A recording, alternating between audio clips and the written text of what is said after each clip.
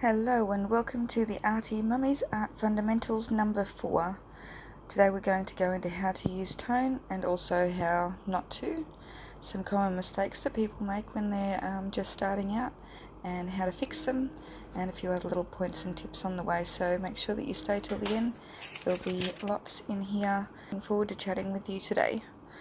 So first of all, I've just got a pear and did a little very basic line drawing of a pear, and I've made a tracing of it and just transferred that a few times onto my paper. So I love pears because for this kind of exercise because unlike apples or vases or anything else that you might like to use, and you can use anything as long as it's a simple rounded object.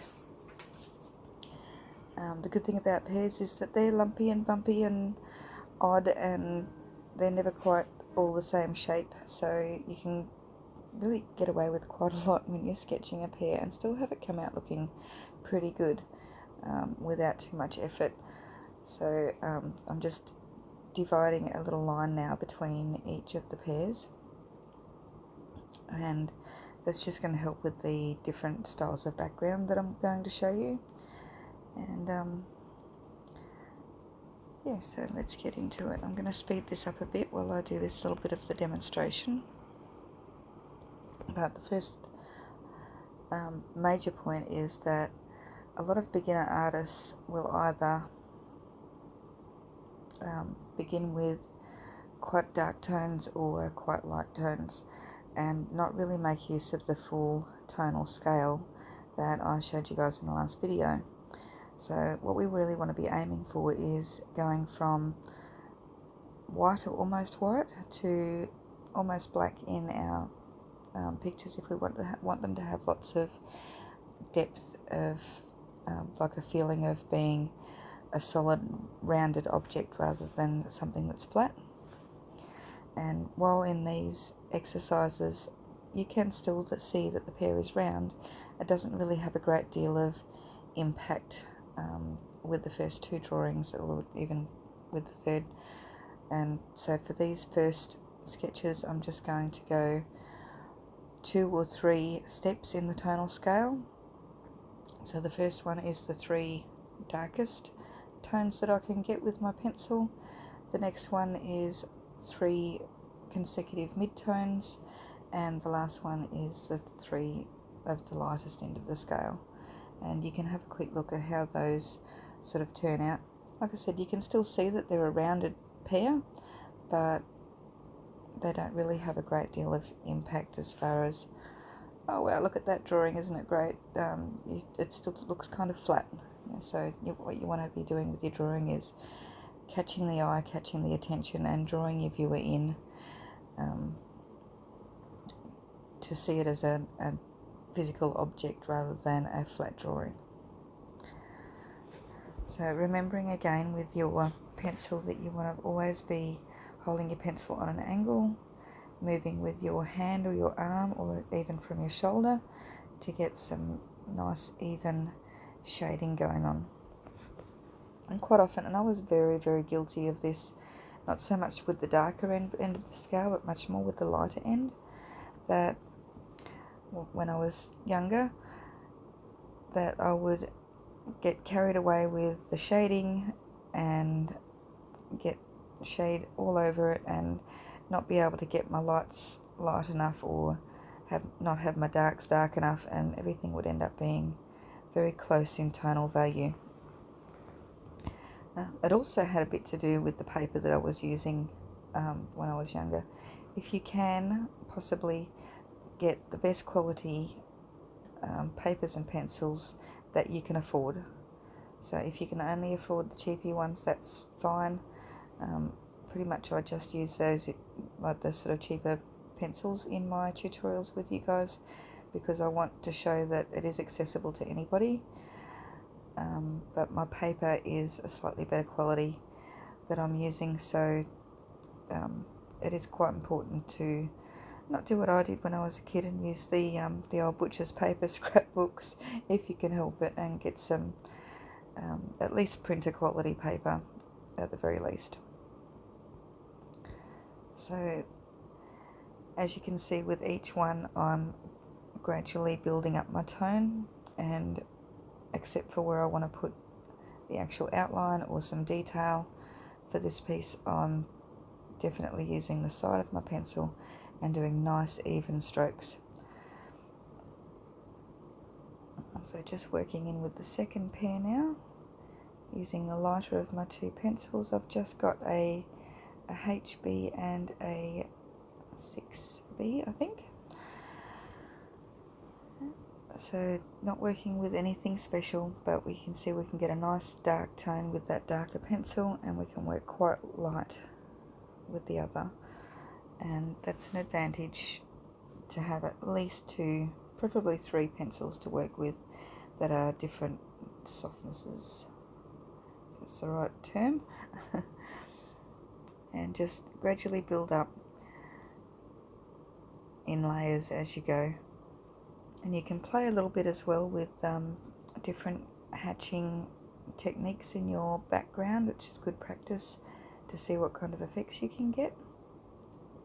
So you can see that I go in two different directions this time. The first time I was going in multiple directions around the pair, and so with the first one we end up with a more, I'm not sure if you can see it all that well, but you end up with a more sort of interesting, varied background if you use your pencil in different ways, and that also goes for it shading your object as well. So the first pair here will have a bit more of an impressionistic look with that more varied and changed tone background. This second one I'm going to go for something that a lot of people prefer, and especially beginners, doing a little bit of blending, and I'm going to kind of over blend this one so that again you can see the differences between different techniques and what you might like to do and what you might not like to do in your own artwork, and things that you might like to experiment with. So just building this one up quite lightly. I'm using a much lighter background and going for a bit more of a realism look, taking a little bit more care about exactly where I'm putting the shadows and getting that reflected light in underneath as well. We'll talk about that a little bit more in another video, but so again just sort of smudging it out to a grey to begin with. That gives you a sort of a little bit of tone to work with for your values, and that's a pretty good idea to do with pencil, or possibly not with your fingers though, like I just did, because that puts a bit of oil onto the paper. But we're just having a bit of a practice here, doing a bit of a quick experiment with the tonal values. So at this stage we have a bit of a light, medium and dark, and I'm just going to start adding tone into this last one and get it a little bit more varied. Darken the background up a bit, you'll see how that makes the pair pop a little bit more. And just gradually build up those tones, taking real care about where your shadow should be and where your light is hitting your object. So your light source will always be very important in your artwork if you're going for any kind of realism. So until you get much more advanced, and even I struggle with it, you want to just have one light source, and then you've got some reflected light and some, when you use colour, you've got some reflected colour. But a single light source is always good for practicing with your tonal values. And you'll also see that I did a crosshatch that's fairly visible on the far right pair, and then horizontal strokes with my pencil to make the tabletop that it's sitting on. And that's also a good idea to vary your marks within the one artwork, and that can give you a sense of texture or distance, and can create lots of nice effects in your work. And now, just to highlight what difference it can make, I'm going to grab my colourless blender And like I said, we're going to do a bit of blending on this middle one, and you'll see how it changes the tonal value, as well as I'm going to do a little bit of over blending on this one as well, just to emphasize the do's and the don'ts and how much of a difference that can make in your work. But yeah, the colourless blender is a great tool as well if you want to just add a bit of depth here and there, or get some blends a little bit softer. And also, if you're using the solvent method of blending and you don't have very much pigment down on your paper, that colourless blender can add that pigment to let your pencils move a lot better and the whole lot to go down a bit smoother, a bit more smoothly. So I'm going to put some blender over the entire square of the middle pair, and you'll be able to see what difference that makes to the original work that was there that we're now building on. Now, the blender doesn't have to be used as just a finishing tool. As you can see, the edges of this pair have been well blurred and need to be sharpened up a little bit, so we can easily go back in with a pencil and tidy up if you've done any sort of over blending and lost your edges too much and made them just too blurry. It's not too hard to sort of just go back in and redefine those if you need to have a sort of a sharper edge on if you need to have a sharper edge on something. And then you can go back and blend again, and you can just continue layering like that until you're happy with how much variation of tone you've got on there. But as I said, in this demonstration we're going for dark tones, middle tones and light tones to begin with, and then we're going to show you, or I'm going to show you, how we can work on fixing that and giving them a lot more depth and impact. So as you can see, we now have the three pairs in dark, medium and light, and a dark on dark for the first, dark on sort of medium on light for the second, and light on light to medium for the third. So when I was much younger, I probably would have been very happy with those, but now I know what tone can do, and I hope you have as much fun as I had discovering the joys of massively varying your tonal values in your work, and that it helps you with everything from fruit to hair to skin tones, and just makes your work pop so much more to just have these little skills down. Now, remembering always to keep your pencil nice and sharp and to work slowly and in layers. So don't try to lay down too much of your darker tones in one go, just popping on your layers and adding to them as you. So we've started with the lightest one because that will be the easiest one to fix up if this is what you're doing with your artwork and you're just going in the lightest tones and not really being game to put that darkest ones in. This is so easy to fix. You just get brave and add that black and that dark grey and work your way around. Still do your blending and your mid-tones in between, but you want to get the light and the dark and not be sort of wishy-washy with very close tonal values. You want to get brave with it. It's one of the ongoing arguments I have with one of my ladies that attends my in-person classes. She's afraid of the colour black as the tone in any of her paintings. I'm like, get brave, Kath, and put it in there. And yeah, she's getting there, overcoming her fears of darkness in the painting. But it's a really good idea to have a good study of the masters, like your old masters, still lifes, and just have a really good look at them and see how they use tone to really great effect in a lot of like when still life was sort of at its height. There's an abundance of them on the internet you can find to have a bit of a study of, and you'll find that very dramatic lighting was used a lot and still is today, because it does catch your eye and it draws you in and it builds that three-dimensional shape in the mind. Observe your shadows.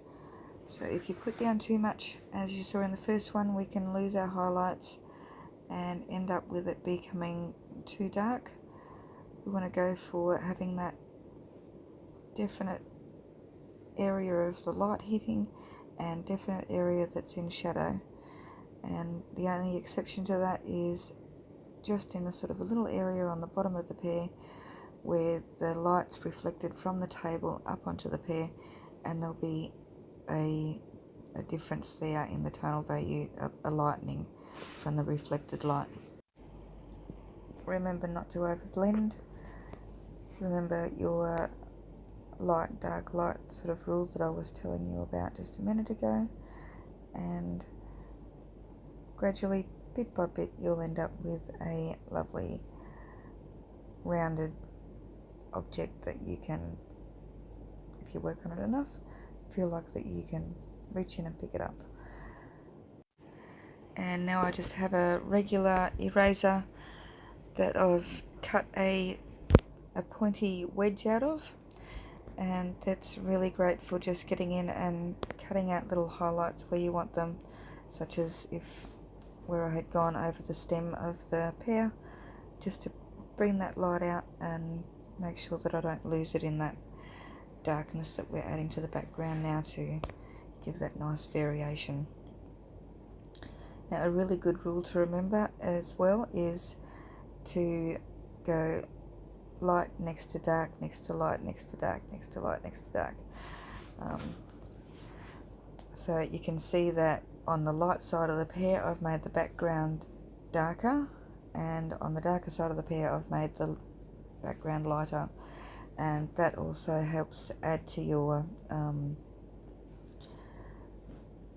visual sort of optical illusion that happens with tone that I talked about a bit in our last video, that you can sort of trick the eye into seeing something more three-dimensional just by using these little tricks.